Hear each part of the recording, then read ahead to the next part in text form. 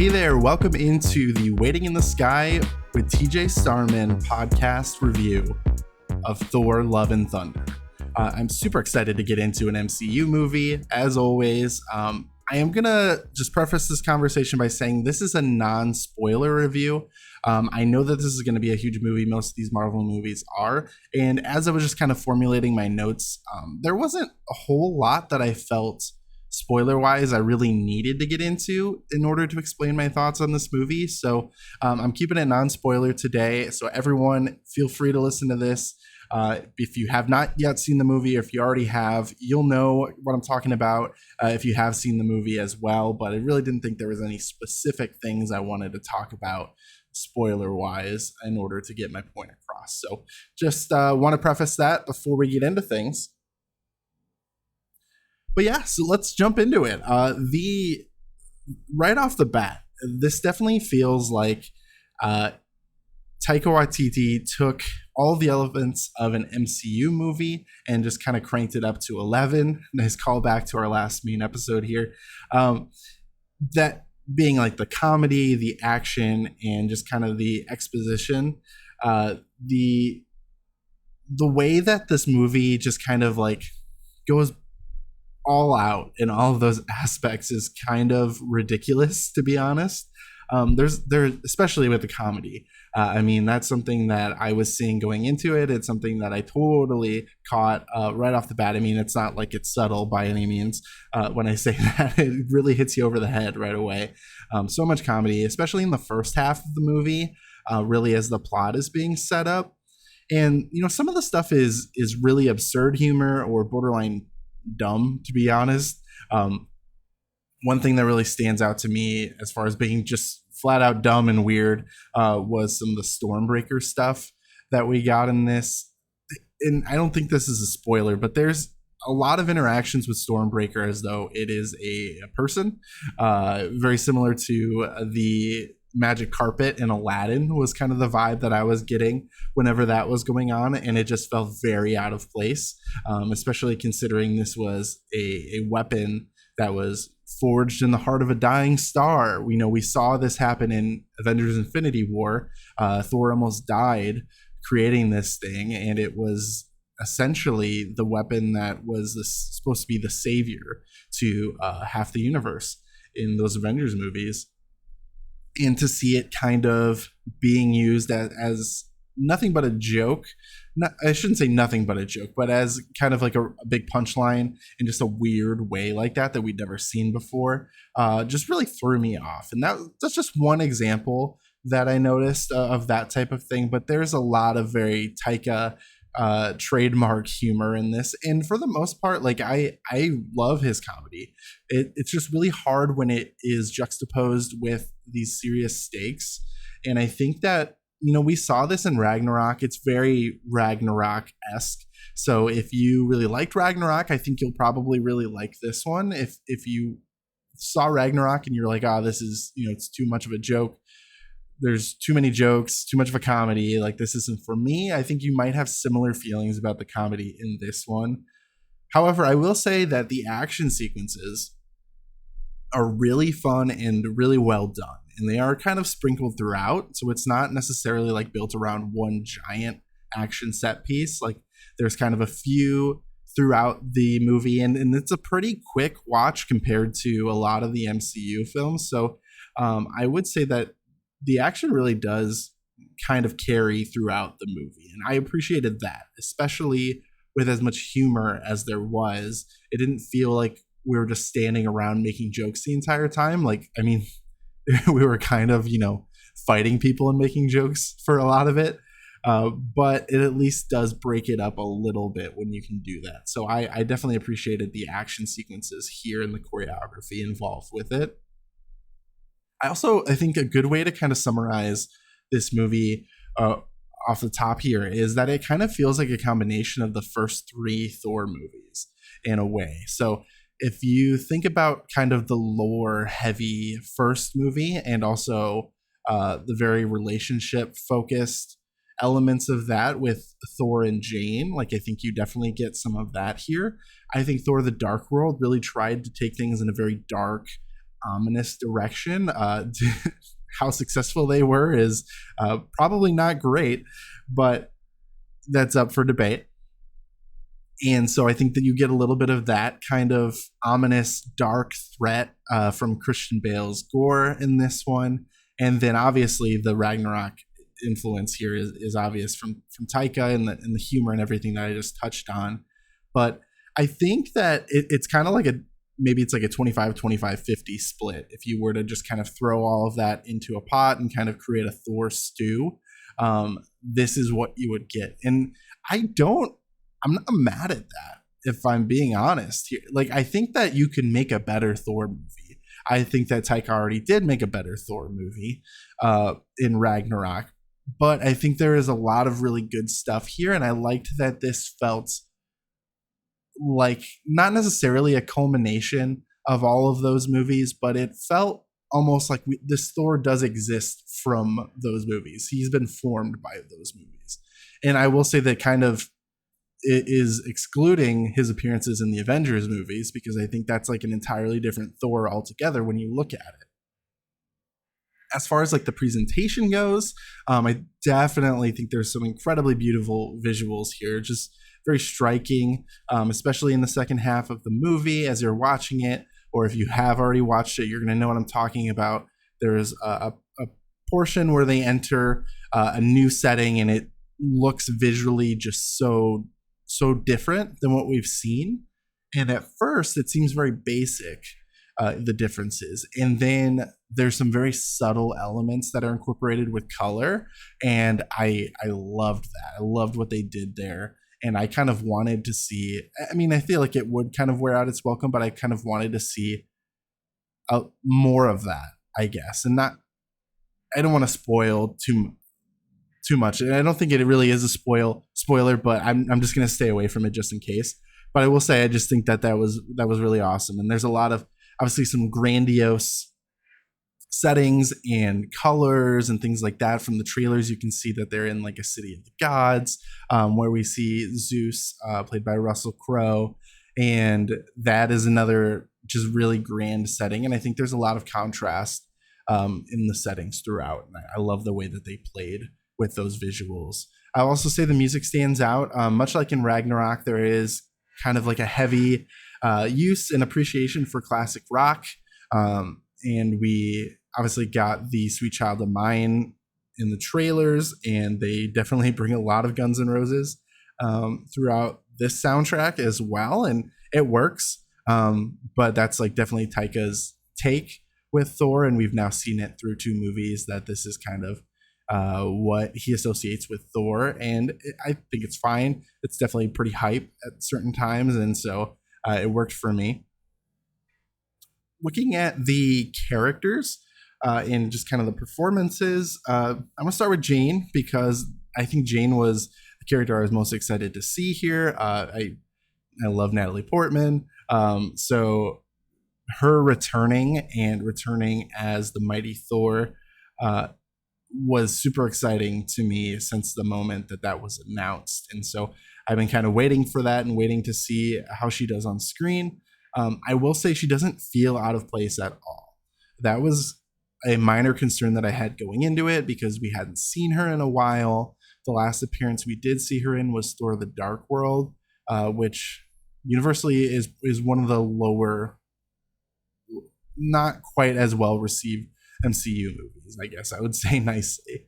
So I was really concerned that she might feel out of place, and I don't think that that's the case here. I think she does fit in well with the rest of the cast and in the story and the plot. I think the writers and Taika did a really good job of making her an integral part of this story, and feels just very organic to this movie. In addition to having just excellent chemistry with Chris Hemsworth, and that relationship still feeling very real, I think she also has really good chemistry with Valkyrie. We saw kind of just, like the buddying, just kind of the buddy relationship between those two that really felt authentic, and I liked that. I would have loved to see more of it, actually. I think that's one of the things, if this movie had a longer runtime, we would have had a chance to see some more of those interactions. As it stands, I think there was plenty of it, and it worked for me.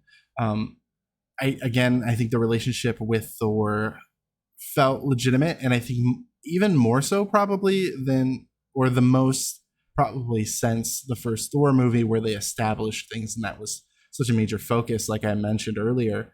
Thor: The Dark World, it almost seemed like it was kind of like a side plot type of thing. This is very much, obviously it's Thor: Love and Thunder, like that relationship is a big primary focus of the story.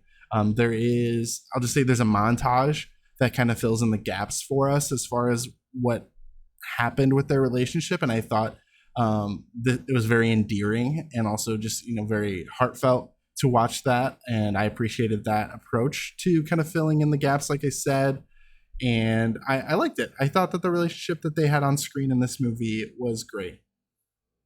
Obviously, speaking of Thor, the main character, this is definitely Ragnarok Thor. This is not Thor 1 Thor. This is not Infinity War or Endgame Thor. This is the full-on goofball Thor. And people are definitely going to be, on either side of this argument, because I think that Chris Hemsworth is very comedically skilled. And I think especially with the writing that he's gotten in these two movies, it's worked really well. But it just, it doesn't feel like Thor. That was my biggest criticism with Ragnarok, is that I love these characters of Thor and Hulk, and I loved that movie, but I did not like what they did with those characters, because those are not the same characters. I think it's even more of a stark contrast here, especially after seeing the journey that Thor went on through Infinity War and Endgame. And then he's an entirely different person all of a sudden. Like, it's like he's one person in Ragnarok, then you get the Avengers storyline where he's a different person, and then he comes back out and he's again Ragnarok version. And I get it from a real world perspective. Like, these are Taika's movies versus the Avengers movies with the Russo brothers, but thematically, if we're looking at this, and this is a problem that only the MCU has really, is that this character is a different person in these two stretches of the same essentially long running story, and so he does come across as incompetent through much of the beginning, just for the laughs, and that's something I don't really like. Doesn't work for me, because this is someone that we've already seen be incredibly impressive in what he's able to accomplish. He's powerful, he's strong, heroic, and then the way that it's just played for laughs, like he's all of a sudden this dunce, it doesn't work for me. I laughed a couple times because you get laughs from it. Sure, it's funny, but it's a different character, like I said. And, he does kind of shift gears. I think the entire film does kind of shift gears a little bit. Once it's time to get serious, like everything switches over and it's time to get serious. And I think that's when this movie is really at its best. And I think that's when Chris Hemsworth as Thor is at his best, is when we do have a chance to get really serious with things here. Korg is a fixture of the main crew here. He has more of an expanded role from Ragnarok. Obviously, he played by Taika Waititi, or voiced by Taika Waititi, was a big standout in Thor Ragnarok and very limited screen time, and so they obviously just kind of rolled with him as a full main character here. I like Korg as a character. I thought he was fine in this, like for the most part. I actually thought a lot of his lines were more inoffensive than I was expecting. I thought having him on screen as much as he would probably be annoying, and I don't think it really was. So I was fine with Korg. Valkyrie, I think Tessa Thompson did a great job again with this character. She just feels very powerful, but has this kind of swagger and attitude to her that is just like, it's endearing. It's, kind of attractive, I guess, as well. And she really comes across as just like a worthy king and an ally to a god. They really depict her in such a way that she is powerful. and she is someone to not be trifled with, so to speak. And so I already touched on her chemistry with Natalie Portman as Jane. I thought that was great. She has great chemistry with Chris Hemsworth as Thor as well, that we saw in Ragnarok. It carries over in here, so that was also great. I thought there was a lot of really good stuff between those three main characters. And then for the villain, Gore, played by Christian Bale, he's incredibly creepy and off-putting, but at the same time, this character manages to be sympathetic, which I think is the key to a really good villain. At least for me to appreciate a villain is to be able to understand their motivations, to be able to sympathize with them, to feel bad for them, and then at the same time be like, you're doing the wrong thing here. And so I think you can credit both Christian Bale's performance and also the writing here for being able to create a villain that is sympathetic, but is still very much intimidating and scary. And I think scary to both the characters and to the audience. And I think that is the other element to it. This needs to be an intimidating figure. This needs to be a real threat, but you also need to understand them. So you think about some of the best MCU villains, Thanos, Killmonger, to name a couple, Loki, I guess.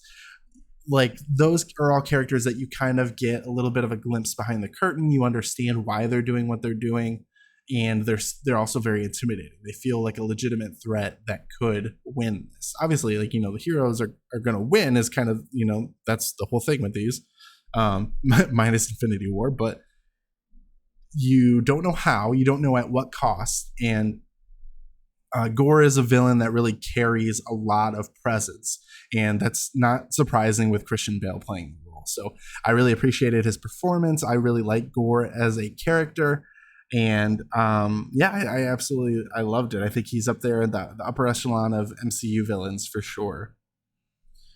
So overall, I do think that there's some serious high stakes in this movie, but it does feel cheapened, especially early on. Before it really does snap back to reality and starts taking itself more seriously. And that's probably my biggest issue with it, though I do really like when it, like I said, I do really like when it starts to take itself more seriously. I also think the theme of love and loss, you thought I was going to say thunder, the theme of love and loss is very clear from the very beginning until the very end. They were not subtle with this at all. They hit you with it in the beginning, they hit you with it at the end, and they hit you everywhere in between with these themes of love and loss. And I think these are universal themes, so I was fine with that, and I think that they did it in a pretty organic way to the story that added and didn't feel out of place. So I was totally fine with those themes. And then it does appear to set up a continuing story for Thor. I don't think it necessarily sets up any other stories. There's 3 or 4 different storylines minimum kind of cooking up in the MCU at this time. So we've got the kind of multiversal, collapse, Secret Wars type of thing that a lot of people are theorizing about, which we're getting from Spider-Man and Doctor Strange, and from even What If. We've kind of seen those elements coming into play. Then you've got the Dark Avengers storyline, which personally I think I'm most interested in, that we've seen in Black Widow and in a lot of the Disney Plus series start to be set up. And you also have kind of the more galactic, or I can't think of the word right now, but the Eternals kind of storyline. And I don't know if that's necessarily tied into one of the others. It could be, but I think that that's more of its own thing. And I don't necessarily feel like this story is setting up anything else other than a new storyline for Thor. I will say that I'm pretty excited about what it's setting up for Thor. The post-credit scenes here set up some interesting or leave you with some interesting questions or get you excited about certain things. So definitely make sure that you're checking those out. If you're listening to this, I'm sure you already knew that there would be post-credit scenes. And I think that there is some interesting things that they set up, and I am curious to see how they pay those off and in what next project they do that. Is it going to be in a Thor project? Is it going to be in a Avengers project? Is it going to be something else? I love when there's kind of that cross-contamination, so to speak, type of thing. So I'm very curious to see where they end up taking this story. But overall, I am trying to be a little bit more nuanced with how I am rating these Marvel movies, because I'm trying not to be overall fatigued by the quote-unquote MCU formula, but I'm also trying not to like totally use that against these movies, because I do think that there are some that are very unique. Like this one is very unique. I think Taika Waititi's movies in the MCU are both kind of in their own category, where they are just so over the top comedic, but also with these high stakes action as well, that, you know, while it does still follow kind of that MCU formula of mixing the comedy with the action and the overall grand storylines, they are kind of their own thing at the same time, and he has his own flavor and his own voice. And so I think a lot of the newer movies have really fallen into that category. That's all to say that I ended up giving this a 4 out of 5. I think that this could have easily gotten a 4.5 out of me if it wasn't hitting me over the head with these jokes nonstop for a good hour plus of this movie. I think if they were able to kind of pick their spots a little bit better, I would have appreciated that more, and it could have easily gotten a 4.5. And then I think just generally, I think there's always some elevation that they could do to the storyline. I liked the story that they told here, but it was not the deepest, I guess. And maybe that's part of the shorter runtime, that I didn't really get a whole lot or as much as I was maybe expecting, though I did appreciate a shorter runtime in the same breath. So, you know, take that for what it's worth. I ended up saying a 4 out of 5, which is not bad. I definitely liked this movie, and I would recommend anyone who is interested to check it out. If you're an MCU fan, if you are a Thor fan, Marvel fan, whatever, just looking for some dumb fun action to check out, then this is definitely up your alley. But that's going to go ahead and wrap up our review of Thor: Love and Thunder. What did you all think of this movie? I would love to hear about it. If you are watching this on YouTube, definitely leave us a comment and let us know. If you are listening on your favorite podcast platform, then make sure you're following us on social media at In the Sky Pod, on Twitter, on Facebook, Instagram. Make sure you're following us and jump in on the conversation. Let me know what you thought about Thor: Love and Thunder. Is it what you were hoping for? Is it too funny? Is it not funny enough? I would love to hear the person that has that opinion. But definitely jump in the conversation. It'd be great to hear from you all. And we do have episode 211 of the podcast. It's going to be coming out on Thursday. Is going to be a little bit more focused of an episode. I don't know if you can hear it in my voice at all, but I've been battling some sickness the last few days, and it was a stretch to even get through this entire episode, review episode. So it's going to be focused on the Resident Evil franchise, and I was fortunate enough to record a great conversation with some guests from the Resident Evil Lorecast last week. So we do have a great conversation with them on that episode, with my voice sounding totally normal. So if you're interested in Resident Evil, or if you just want to dip a toe in the water, they are an amazing resource to kind of get the lay of the land with Resident Evil. So check that out. That's going to be coming out on Thursday. Thank you so much for sticking with me here and for listening to this episode, and we'll see you next time.